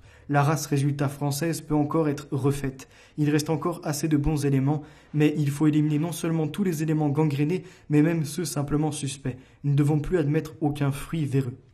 Et c'est là où je ne suis pas d'accord. On ne peut pas supprimer les êtres humains. Après, je comprends. Je peux comprendre, par contre, qu'en effet, quand tu vois que plus ça va, plus dans les blancs, par exemple, qui se reproduisent, ils font ça bizarrement. Et les croisements vont mener qu'à une ruine. Parce que ceux qui sont d'un peu plus haute qualité, malheureusement, ne viennent plus à rester dans cette race, dans ce groupe humain. Parce qu'on leur a vendu le métissage. On leur a formaté l'esprit pour qu'ils aillent voir ailleurs. Ils pensent que l'exotique amènera plus de plaisir, ce qui n'est pas du tout le cas. Et ce qui mène après à des mamans célibataires, mais qui ont des mômes, des rejetons, issus du métissage. Donc, ces femmes-là, elles ne sont plus dignes, voyez-vous, d'être de notre peuple. Comme je disais, elles ne seront que serpillères. Bonnes à essuyer, voyez-vous, ce qu'il y a de trop sur le sol, si je puis dire ça comme ça vulgairement. Page 212. Donc il y a plein d'autres choses, mais celui-ci, je vous ai dit, je vous le présenterai sur Odyssée.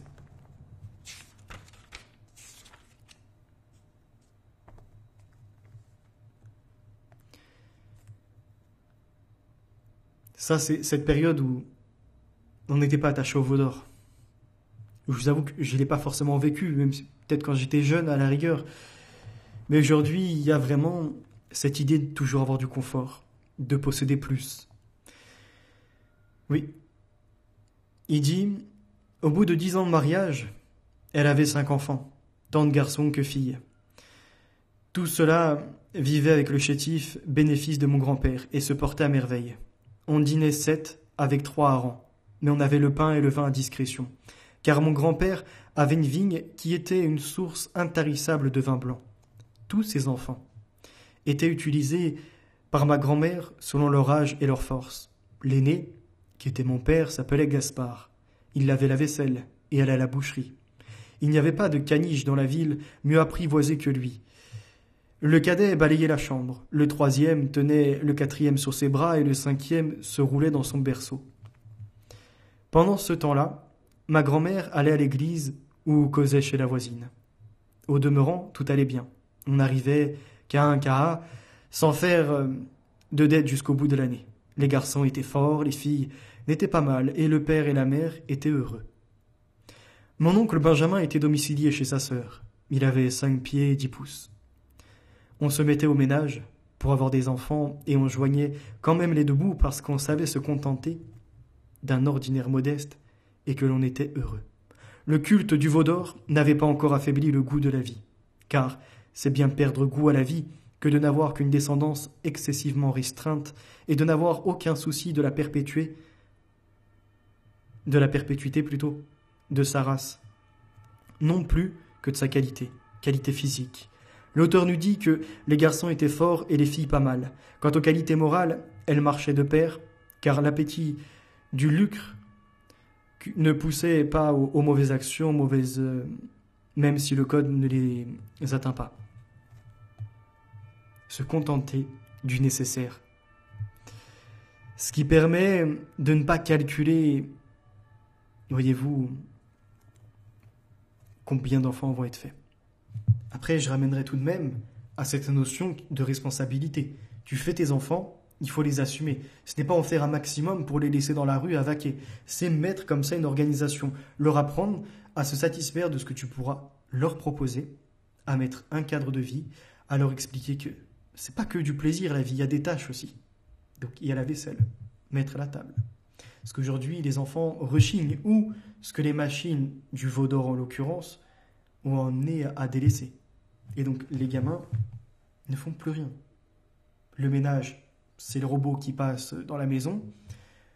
La cuisine, la mère de famille ne s'attelle plus vraiment à faire des petits plats bien cuisinés, peaufinés. C'est, je te sors ça de la barquette, hop, au four, on sort ça, on coupe. Et la table, bon, il reste à la mettre. Et après, sinon, le reste, c'est machine à lave-vaisselle. L'enfant, il apprend où à se positionner, on va dire, dans les premiers pas de la société. À comprendre que tout n'arrive pas dans l'assiette, dans son bec, et toujours plus de plaisir, et au bout du smartphone, dès qu'il veut une info, elle est là. Il n'y a même plus besoin de chercher dans le dictionnaire un mot. Quand il veut, encore une fois, quelque chose, c'est l'immédiateté. Ça devient des enfants capricieux, qui ne savent plus faire du tâtonnement, du recherche-action quelque part. Je ne vais pas renvoyer à Kurt Lewin, mais c'est à peu près ça. Il subit seulement. Et il va suivre une voie qui va lui être orientée. C'est-à-dire par là, il n'aura même pas conscience que les diverses marques qu'il voit face à lui appartiennent à un même groupe. Que les médias, voyez-vous, l'influencent d'une certaine manière, à gauche comme à droite. Il ne pourra plus vraiment avoir cet effort physique déjà dans un premier temps et, voyez-vous, comment je pourrais appeler ça ? Un autre effort, encore une fois, cérébral. La cérébralité ne sera pas là, il préfère lui plutôt la célébrité. Les choses, briller dans les lumières, quitte à faire n'importe quoi, à répéter, à produire, voyez-vous, de la médiocrité, c'est pas grave. C'est le règne du show, du buzz, de l'immédiateté, de la consommation. Et quand l'homme ne sait plus d'où il vient, ne comprend plus son appartenance à un groupe humain, fait n'importe quoi, n'arrive plus à satisfaire de ce qui lui est déjà donné, il ne peut que se mener à l'hubris et de facto, de la démesure, aller droit vers son usure. C'est un système usurier, ni plus ni moins, qui les mènera à la ruine. Et personne pour reconstruire dessus ou bâtir, parce que génération après génération, ce n'est que ruine qui est là. Où sont les âmes ? Pourtant on le disait, science, ou en tout cas, voyez-vous, action, ce qui revient au même, science sans conscience n'est que ruine de l'âme. Il n'y a plus d'âme, plus d'esprit, la conscience est évaporée. Oui, c'est l'histoire de cette casserole. À force de la faire bouillir, en même temps que la grenouille vient à cramer, son esprit s'est évaporé avec le liquide. Page 214.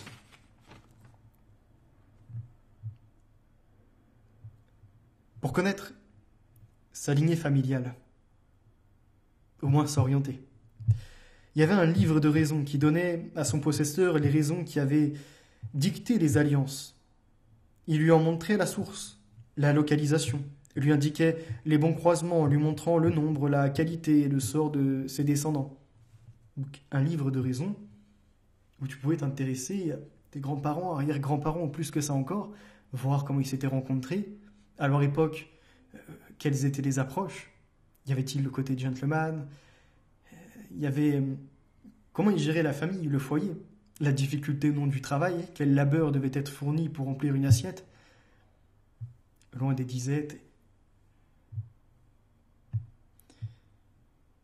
Il nous dit également, cette généalogie était une démonstration permanente du danger des métissages mal choisis et de la force qu'acquérait la famille en s'accrochant au sol où elle s'était un jour fixée. Aussi voir les petites crapules ou non qui ont pu voir le jour dans la famille, ceux qui sont mal comportés, ceux qui sont devenus vagabonds, ou pire encore.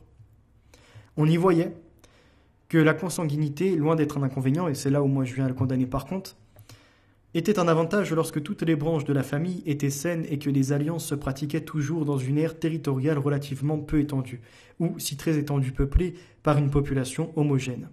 L'intrusion de l'asiatique ou du noir n'était jamais un fait volontaire mais une aventure plus redoutée que recherchée. Toutes les familles dynastiques pratiquaient ces aventures, leur mariage ayant pour but des agrandissements de territoire et de puissance. Royaume français des croisades, adjaye féodal, mariage arabo-portugais, on y voyait aussi le nombre de décès et l'âge des décédés dans une branche donnée. L'écart rare d'infécondité, le succès dans la vie des divers membres de la famille, les dynasties professionnelles en étaient souvent une bonne démonstration. Alors, on nous dira quand même que les livres de raison n'ont nullement été remplacés par le livret de famille. Le livret de famille n'a strictement rien à voir. Si vous voulez plus de détails sur le livre de raison, je vous inviterai à faire une petite recherche sur Internet. Je l'ai effectué de mon côté. Ça englobe vraiment plein de choses. La façon de gérer l'économie, comment éduquer les enfants, les voyages qui ont été faits, les relations, il y a plein de choses. Allons maintenant à la page 217. Donc, vous comprenez l'ordre chronologique, j'espère que j'y mets. On passe de la compréhension, l'homme ou non dans la métaphysique, le post-métaphysique, d'accord ? L'homme dans l'état biologique, il a une histoire culturelle, une histoire également historique et biologique. S'inscrit donc dans un groupe humain civilisationnel qui lui-même a ses codes, langage et bien d'autres choses encore, croisement ou non. Et là, on voit l'importance de se découvrir soi et sa famille, de laisser un héritage, et comment faire maintenant pour donner les bons moyens, on va dire, aux gamins. Oui, parce que la jeunesse d'aujourd'hui est le monde de demain. Donc il faut leur enseigner les vertus, les éloigner des vices, faire attention qu'ils ne tombent pas, voyez-vous, dans les travers du malin. Il y a encore des exemples rares sans doute, mais vrais quand même. Un des moyens utilisés pour arriver à ce genre d'union, à la création d'une famille répondant à ces buts, il faut, et les églises sont d'accord avec moi, enseigner aux jeunes gens des deux sexes comment on devient un mari et comment on devient une femme. Enseignement qui doit comprendre la période des fiançailles. Les fiançailles, à cette période-là, tu n'as pas encore fait le coït. Donc tu découvres l'autre. Tu ne te précipites pas par désir, pulsion charnelle. Tu attends. Tu fais en sorte de regarder s'il y a une correspondance ou pas.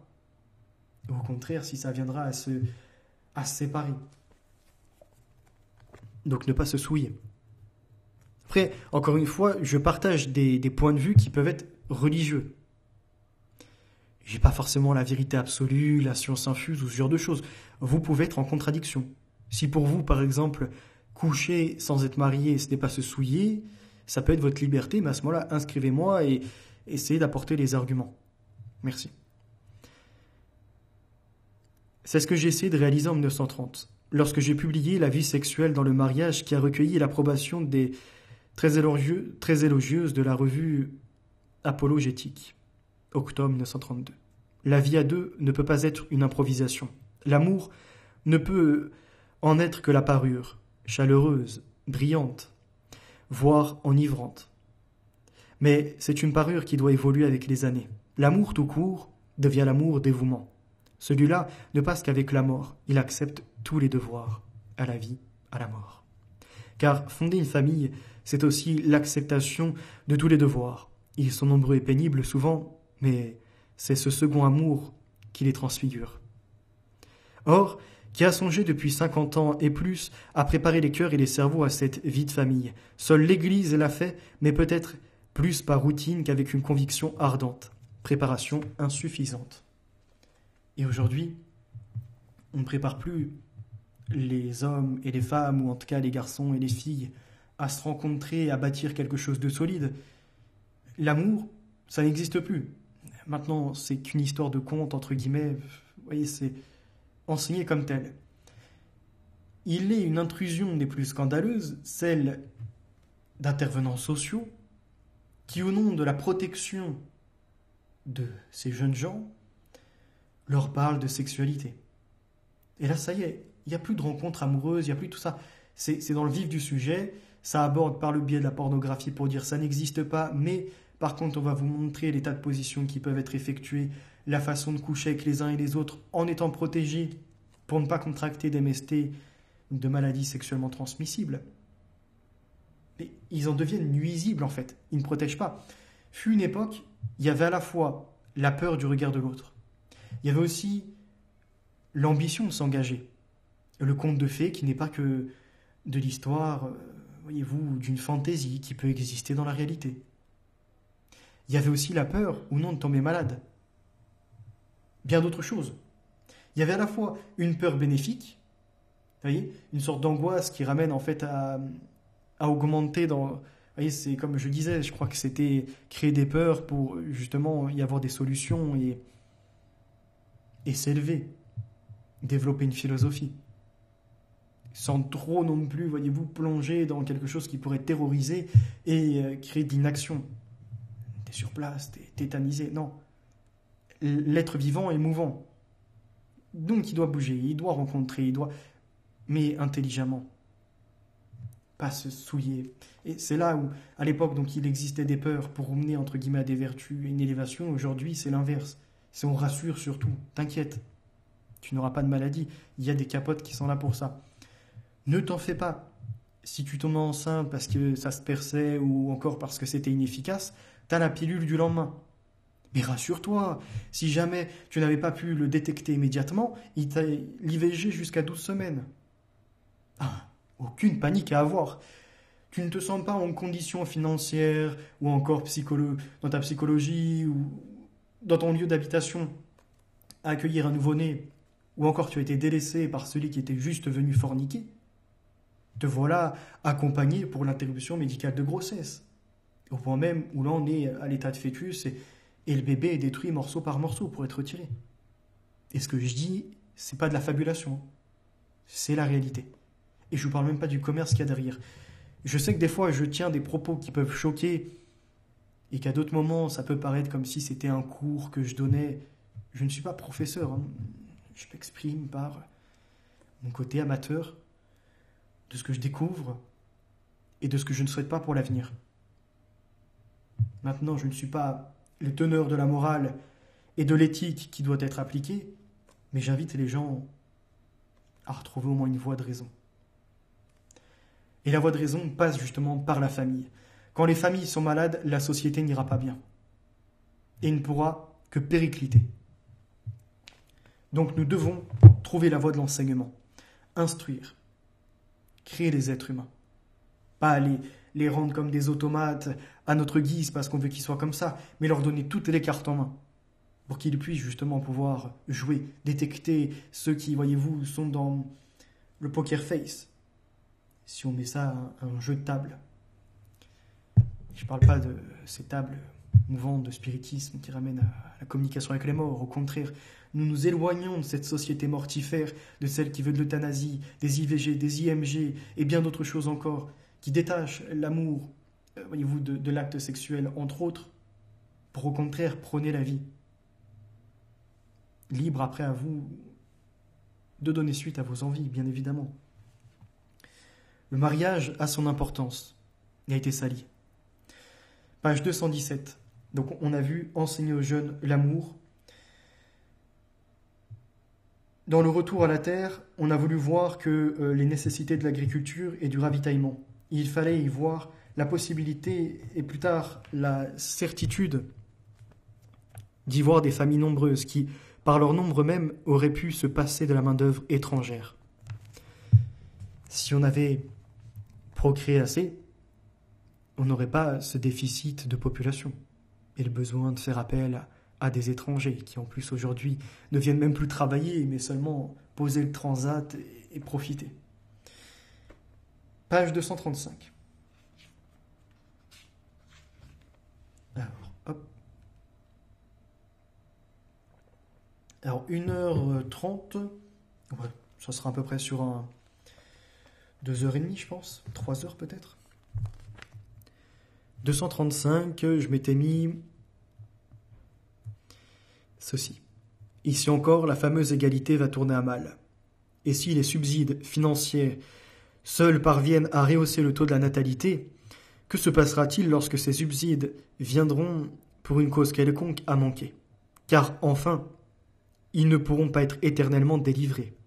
La vitesse acquise ne suffira pas alors à maintenir la natalité. Il fait référence aux allocations qui existaient déjà à l'époque. fort différentes certes, mais quand même. Il faut donc toujours et invariablement en revenir à la création d'un idéal de beauté, de noblesse, de générosité, d'altruisme, faute duquel le code de la famille fera en fin de compte une faillite lamentable. Et même cette distribution d'or prélevé sur d'autres citoyens, pour encourager de plus riches qu'eux à faire des enfants, atteint-elle toujours le but désiré? Dans un village de l'Ariège, un ménage jeune, 30-35 ans, lui bûcheron et cultivateur, elle paysanne et auxiliaire, d'une administration, n'avait qu'un enfant très mal élevé et malpropre. Comme on leur reprochait leur négligence à son égard, ils répondirent qu'ils n'avaient pas le temps, qu'il fallait d'abord s'occuper des bêtes. Le cochon, les vaches, le veau, la basse-cour traduisaient ce qui rapporte, favoriser le marché à la place de l'humanité, et surtout de sa propre chair, de ses enfants. Il dira plus loin aussi sur les abus de ceux qui prennent les allocs, etc. J'ai mis ça pour après. Simone Weil. Continuons sur l'enseignement et sur le besoin de ramener aux traditions, de redécouvrir notre histoire en fait, celle sur laquelle on s'est détaché. Parce que de celle-ci, malheureusement, là, on est vraiment un radeau, quoi. On va à la dérive. On ne sait pas où on va arriver, mais c'est grave. On fait tort à un enfant quand on l'élève dans un christianisme étroit qui l'empêche de jamais devenir capable de s'apercevoir qu'il y a des trésors d'or pur dans les civilisations non chrétiennes. Mais l'éducation laïque fait aux enfants un tort plus grand. Elle dissimule ces trésors, et ceux du christianisme en plus. La seule attitude à la fois légitime et pratiquement possible que puisse avoir en France l'enseignement public à cet égard, à l'égard du christianisme, consiste à le regarder comme un trésor de la pensée humaine parmi tant d'autres.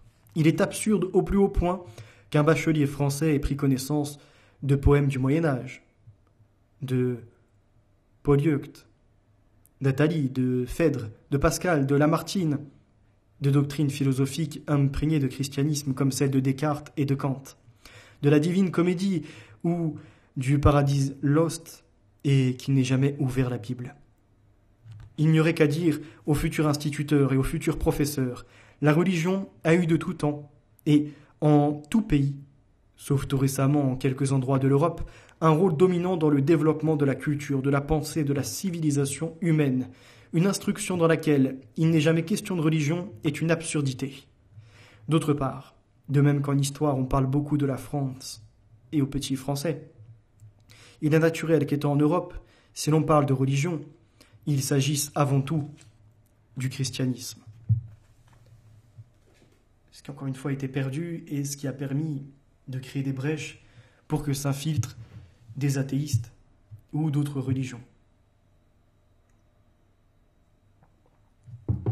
Alors, que je m'en débarrasse pas si vite que ça, puisqu'à la page 61, quand on revient un petit peu en amont, on a ceci. Parce que personne ne doit être déraciné de son pays.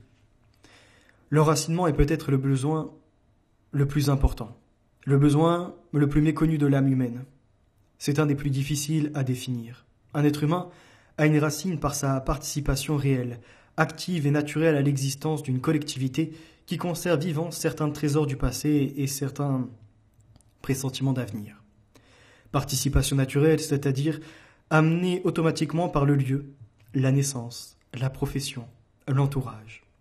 Chaque être humain a besoin d'avoir de multiples racines. Il a besoin de recevoir la presque totalité de sa vie morale, intellectuelle, spirituelle, par l'intermédiaire des milieux dont il fait naturellement partie. Les échanges d'influence entre milieux très différents ne sont pas moins indispensables que l'enracinement dans l'entourage naturel. Mais un milieu déterminé doit recevoir une influence extérieure, non pas comme un apport, mais comme un stimulant qui rende sa vie propre plus intense. Il ne doit pas se nourrir des apports extérieurs qu'après les avoir digérés, et les individus qui le composent ne doivent les recevoir qu'à travers lui. Et après ça continue. Alors, je propose de passer... Et si c'était... Ouais. On va faire ça. Et après, on mettra une pause pour aujourd'hui. Page 12. Hop. Donc dans le livre, et si c'était la fin d'un monde, j'avoue que j'ai oublié de présenter les autres, mais on pourra les reciter. Celles et ceux qui se demandent, pour paraphraser le titre d'un récent essai de Bernard Stiegler, dans La Disruption, comment ne pas devenir fou? Pour les décideurs de notre temps, selon lui, je cite, il s'agit d'aller plus vite que les sociétés pour leur imposer des modèles qui détruisent leur structure sociale. Donc d'accélérer les démarches, tu ne peux plus réfléchir, trop de sujets se présentent à toi, tu es noyé, t'as plus le temps, alors t'accepteras tout ce qui te sera proposé. D'être désorienté, voire carrément paniqué. Ce livre voudrait non seulement leur indiquer comment ne pas devenir fou, mais aussi comment le rester. Comment être assez fou pour aimer ce monde jusque dans son scénario catastrophe. Assez fou pour y mettre encore nos enfants et y soigner nos vieux os. Ce livre montrera que ce monde, qui demain sèmera des êtres humains sans qu'un père ait à répondre de leur venue au monde, a précisément besoin d'un amour d'autant plus donné, fort et même joyeux. Un amour fou. Et à la page 55, alors, à ses interlocuteurs, Nicole Belloubet expose les 3 pistes explorées par le gouvernement pour réformer la filiation. La filiation, c'est l'enfant, vous comprenez, l'effet filaire, il est rattaché dans son arbre généalogique, vous voyez, un père, une mère, il a des géniteurs si vous préférez. Et là, l'idée, c'est de casser la famille et de reconstruire quelque chose de nouveau. Attendez, parce que j'ai un chat dans la gorge.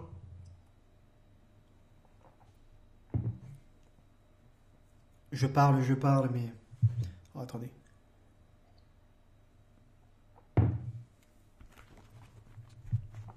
Ok. Donc je disais, la filiation, c'est lié aux parents. En cassant la famille, il aurait possible, dans ces cas-là, d'en reconstruire de nouvelles, notamment par la PMA. La PMA, si un des 2 parents est infertile, à ce moment-là, ils vont aller prendre un gamète d'un donneur. Donc l'enfant, il aura sa mère biologique, par exemple, son père biologique et le mari de sa mère biologique. Vous arrivez à suivre? Et il y a plein de schémas qui sont possibles, qui mènent en fait à la PMA. Et là, on nous dit, mais le choix entre ces options est très délicat. D'autant que l'enjeu est majeur. Si la PMA est accessible aux couples de femmes, il faut leur permettre d'établir leur filiation vis-à-vis de l'enfant qu'elles ont fait naître. 2 mères, un père. Et là, la folie. Pour l'enfant, comment se repérer? Quand on lui dit qu'il a 2 mères et un père, mais que son père, il ne le verra pas, parce qu'il a juste donné ses gamètes, et que ce sont 2 mères qui vont jouer le rôle de parents. Une opération impossible en l'état du droit français, en fait, si ça a été autorisé par la suite. Le vieil adage hérité du droit romain prévaut toujours. Mater semper certa est. L'identité de la mère est toujours certaine. Autrement dit, est mère celle qui accouche. Et le père? Il est reconnu en droit français selon un principe appelé la présomption de paternité, lui aussi dérivé d'une tradition juridique latine. Pater est quem nuptia demonstrant. Le père est celui que le mariage désigne. En clair, le père est le mari ou le compagnon de la femme qui accouche. Autant de principes impossibles à appliquer au couple de femmes. Autant la femme qui accouche sera reconnue mère sans difficulté, autant l'établissement de la maternité de sa compagne est plus difficile. Si elle veut voir son autorité parentale reconnue, cette dernière doit en effet passer par l'adoption. Sauf que il y en a qui travaillent à prendre l'ovocyte, à enlever la structure du message d'ADN qui se situe dessus, pour y mettre celui de l'autre femme, et après prendre le spermatozoïde et donc faire féconder ça. Il y a donc l'ADN mitochondrial, il y a l'ovocyte mais qui a été effacé de son identité, mais qui est bien donné par la mère, et il y a le spermatozoïde à côté. Et là, je vous parle que de FIV à 3 parents. Ça peut aller au-delà dans ces projets. C'est une folie. Alors, hop, que je sélectionne ça. Page 53, le bonheur blessé. Il est dit.